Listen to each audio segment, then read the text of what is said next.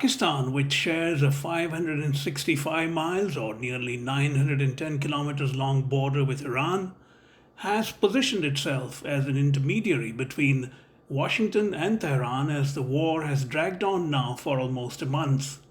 Although there are no specific details available as to when President Donald Trump's 15-point peace proposal will be discussed, if at all, with the Iranian leadership, there are signs of behind the scenes movement.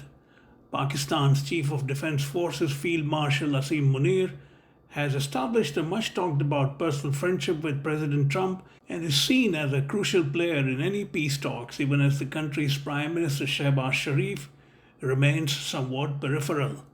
To understand the dynamic of prospective talks, MCR spoke to Anwar Iqbal, one of Pakistan's most respected journalists and commentators, who is also a long serving Washington correspondent of his country's Dawn newspaper. Anwar Iqbal. Welcome to Mancha Reports, Anwar. It's always a great pleasure to have you. Thank you very much, Mike.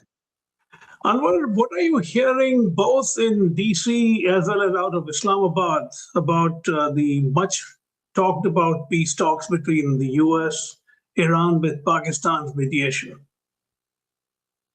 Yes, I mean, the people are talking about it. It is in the media. You must have seen the New York Times even did a piece about the relationship between our Chief of Defense and Staff, Asim Munir, and US President Donald Trump, saying that their good personal relations help initiate these talks. So yeah, I mean, there are people in Washington are talking about it. One of their South Asian affairs analyst, Michael Kugelman, even said that it will be wrong to take Pakistan lightly. That Pakistan has influence in Washington and it has influence in Iran, and it can actually play a role. Yeah, there are people there are talking about it. But Pakistanis in Washington are keeping a low profile. They are not really going around boasting about it. Whenever you talk to them, the Pakistani diplomats, they say, "Well, these are very initial steps, and they may lead to something. They may not lead to something. We felt the need to play a role, and that's what we are doing because we have borders with Iran. We have Balochs living on both sides of the border.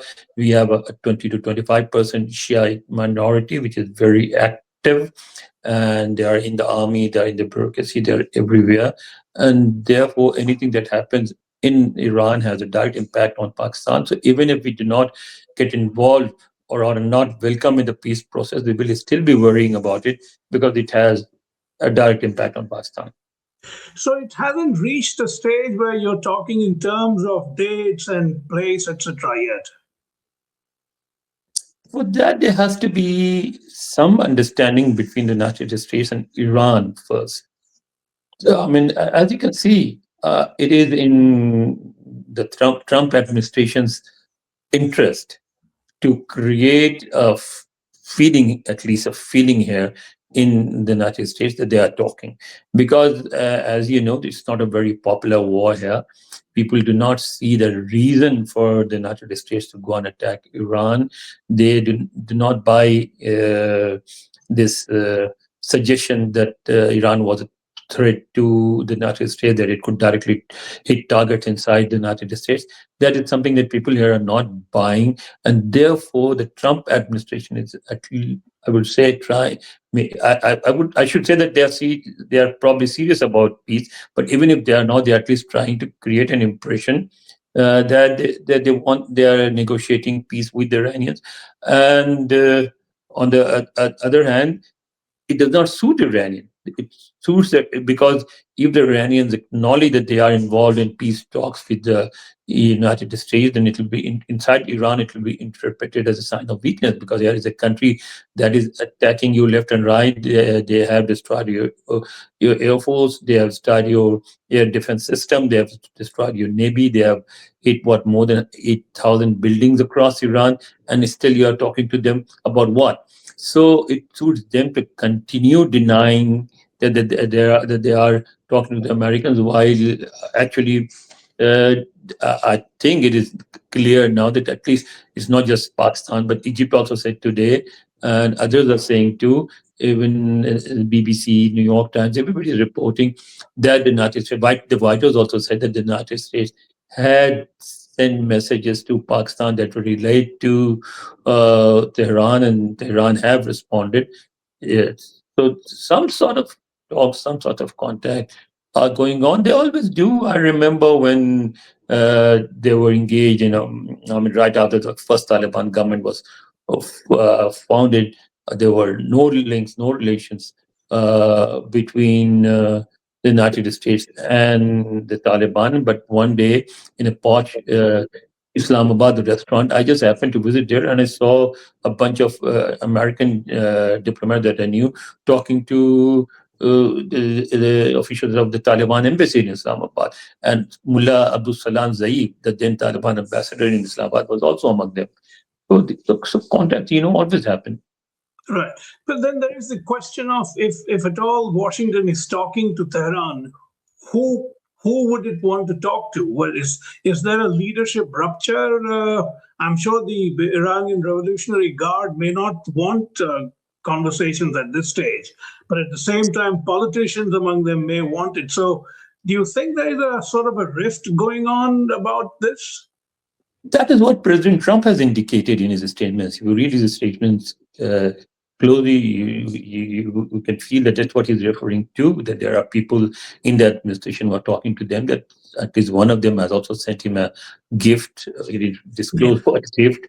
So, yes, and then as Wali Nasr, the most prominent analyst of Iranian affairs in Washington, who was a former advisor to the Obama administration as well. He said in one of his tweets that yes, these eliminations have strengthened IRGC, and it will now become especially by eliminating Larijani, the United States has made it difficult for Iranians to talk to them, but his analysis also indicates that there are people who are willing to talk. On the other hand, you must have seen this General McChrystal's interview to New York Times, where he said that the Trump administration should not have taken such an extreme stance as it has, and that it has trapped itself and it should try to find a way out. So I think there are people on both sides, saner voices, that are suggesting disengagement.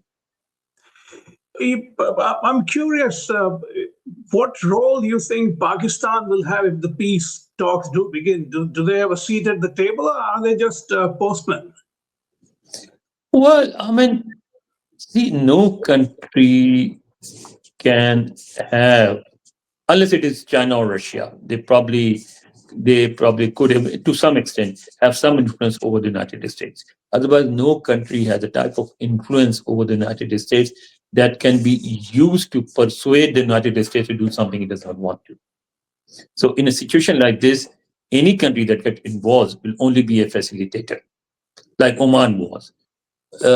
So Pakistan is only facilitating. I don't think that Pakistan will have a seat on the table. And I think Pakistan, at the best, Pakistan may sit as an observer, but all the talking will have to be done by the United States and Iran first. Having said that, I would also like to add that I hope you know that Pakistan runs the Iranian interest section in Washington. Right. So, Right. so Pakistan has, throughout these years, maintained that link. It's again, this has not been talked about much, and maybe it's not even that relevant at this stage. But the Shia-Sunni dynamic here is a nuclear-armed Sunni country mediating between the nuclear-armed U.S., the nuclear-armed Israel, in a sense, with a Shia majority country. That's a very interesting dynamic that not a lot of people are talking about. Shia Sunni, I mean, if I say that this I mean, conflict is not. there's a Jewish state involved. There is the American state, some of whose commanders have framed it as a holy war, as you know. And now you have Sunni Pakistan. all coming together, talking to a Shia majority. I find it rather instructive that this is happening. Yeah, but at the same time, I mean, just look at what you said, that there is a Shia majority country there, that there is a Sunni majority country there with nuclear weapons, and there is a Jewish majority country there with nuclear weapons, and then there is Turkey, which has interests, all sorts of interests in there. I mean, like, it may not like the Iranian government, but it is in Turkey's interest that Iran is not divided, because if Iran is divided on ethnic lines, then that will stir up trouble in Turkey. I mean, the Kurdish nationalists will become active once again. So, in this situation, the only possible solution is for all these different people with different faiths and different values to come together and talk it out. And I think the Shia factor has not it prevented Pakistan and Iran from talking to each other. They have always been talking to each other. Right. Uh, Because as you know, you are an Indian. You know that Iran's cultural influence on the subcontinent, particularly in Pakistan, is huge. I mean, there are two languages that are spoken in Pakistan that belong to the Persian family, Pashto and Balochi. And then the national language, Urdu, has like hundreds of thousands of Persian words. I mean, it is common for people in Pakistan to recite Persian couplets and Persian lines in daily conversation. So Iran does have a lot of influence in Pakistan. Indeed, even in my mother tongue, Gujarati, there are lots of Farsi words that just Yeah, creep without one realizing. But that's true.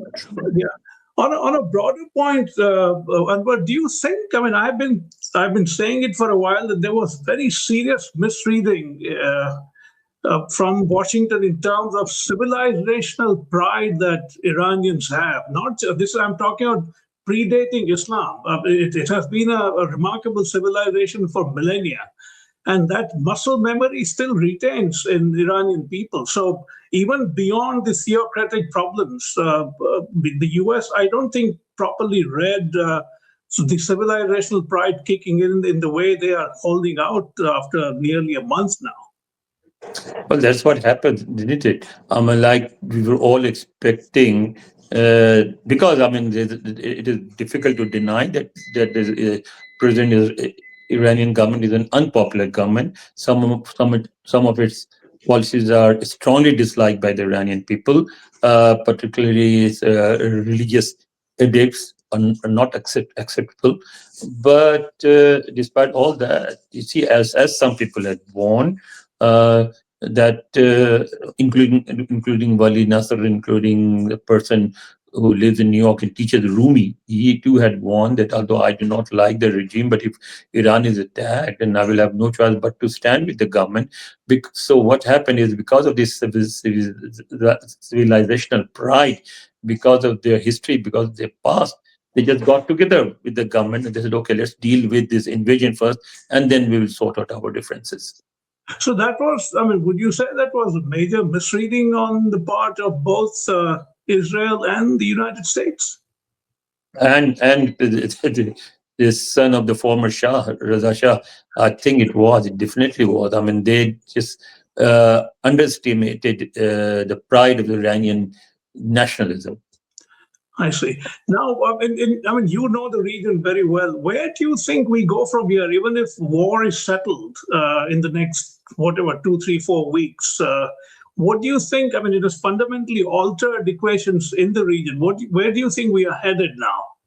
It definitely has. You see, no matter what, I mean, the war has to end. And it has become obvious that what they were expecting, a total defeat for Iran, that's not going to happen. Okay, so ultimately both sides will have to sit down and find a way out, which they will. But who will be the net loser? The Gulf states. If you, I mean, you and I and a lot of us have visited Dubai and sat there, had tea and everything, and you never felt in Dubai or in Bahrain or in Saudi Arabia or in any of those states that you were sitting so close to Iran. Iran looked far away from there, Right. and still the fact is that it was just around the corner. Okay, Indeed. I mean, at some places The gap was as narrow as a few kilometers, huh? And but but Iran's presence was never felt. But now it will be. Now Iran is a country, will be seen as a country that took on a superpower, was not defeated, is still there, and has the wherewithal to, and the willingness and the moral strength to attack the Gulf states if and when it feels the need to do so. And that will always be a consideration for the Gulf states. So now it will be a different type of region that we will have to deal with. If the IRGC, which is the Iranian Revolutionary Guard Corps, as well as major elements of the theocratic institution survive this assault, would they have any incentive in not pursuing nuclear weapons? I don't know whether they will have the incentives to pursue or to give up their nuclear program, but they should. I mean, it got Iran nothing. Iran does not need nuclear weapons, and Iran, I think, by now must have realized that this policy has brought nothing but death and destruction to the country. I mean, there's nothing to give. I don't know what sort of strategic or military depth Iran is seeking in pursuing nuclear weapons. If it is, I don't know, because it denies that it is. But what sort of goals it is pursuing in pursuing a nuclear program? Yeah, let's step into the shoes of, say, a completely extremist Iranian hardliner. Uh, he or she may turn around and argue that we are living in the midst of at least three major nuclear powers in Pakistan, in India, in Israel, not to mention China, etc. So why should we not be pursuing ourselves? Of course, the Ayatollah Ali Khamenei, who was against it, but I'm sure there are elements within the country who would want to consider that. Yes, but first they need a lot of space before they can even revert to that position, because Iran has been destroyed. Iran's economy has been shattered. It was already in a very bad shape. It will need a lot of rebuilding to do before it can think of other things. Right. So I think the situation will not be very rosy for Iran even after the war is over. It will be a very, very difficult road that they will have to traverse. So I think whosoever ultimately emerges as the ruling elite or the ruling group in Tehran, it will have a lot on its plate. Just last couple of things, nothing to do with Iran right now. I'm curious about the Pakistan-Afghanistan conflict that's going on the sideline for quite some time. What is the status now? Again, that fight also is an endless fight. I mean, it cannot end in total victory for Pakistan. It cannot end in total victory for the Taliban. The thing is, see what is the root cause of this? I mean, all that the Taliban.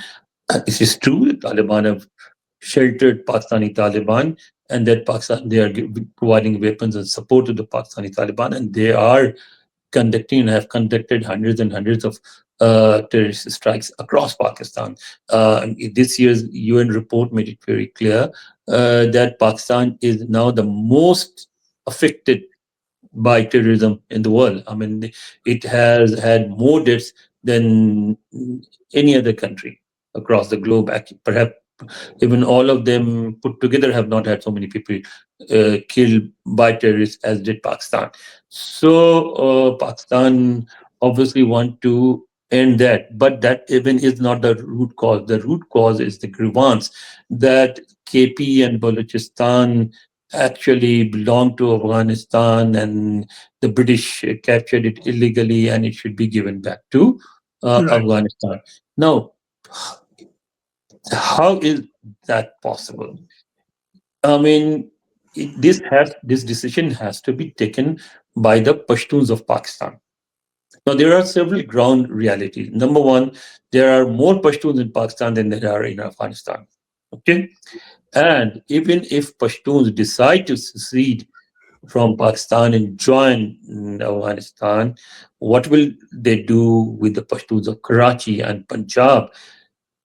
Do you know which city has the largest Pashtun population in the world now? More than Kabul, more than Peshawar, more than Quetta?